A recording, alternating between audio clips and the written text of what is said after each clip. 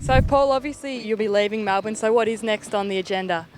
Yeah, heading off to Japan, and as I said, it's going to be a really exciting challenge, a tough challenge. Absolutely excited to be a head coach and lead a team in a new environment. It's going to be something brand new for me. You know, every other coaching role I've had, I've been going into a familiar environment with familiar faces and people around me, but this will all be totally foreign, and you know, it's a little bit, I guess, nerve-wracking in some respects, you know, with the unknown of what that'll be like.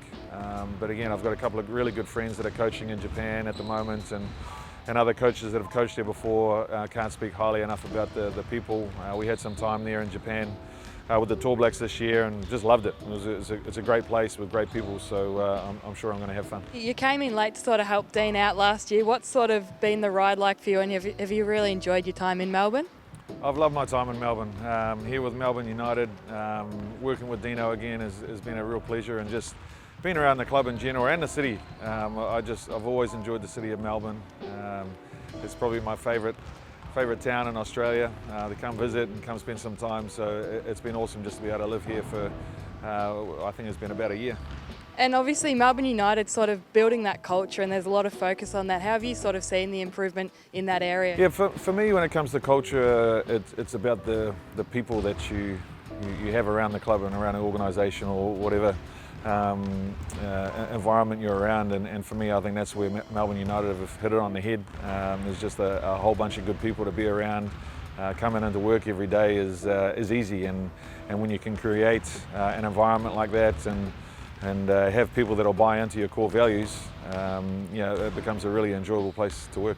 Oh, and obviously as an assistant coach, it's a different role to a head coaching role, but do you think that sort of will help you going forward as you take on another head coaching role? Absolutely. I mean, I really enjoy the challenges of being a head coach, and especially going into a brand new environment for myself, and you know, really pushing my limits and my boundaries in terms of what I've been able to, or where I've been able to coach. You know, going into a foreign country, and they don't speak English, and I'll probably be using a translator, and you know, it's going to be different. But I think for me and my personal growth, it's just a great challenge and one I'm looking forward to. And obviously sort of Melbourne fell short in the last hurdle last year. How do you see this season going, and do you think they're building something special for the season ahead?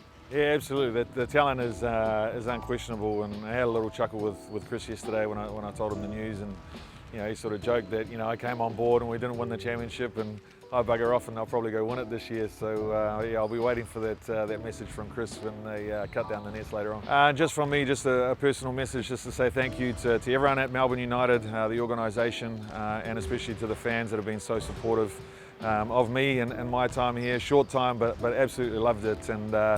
And this past year and a season and a really little bit has been just an amazing time for me, and something I always look back on. So from bottom of my heart, thank you very much, and I'm sure I may see you again soon.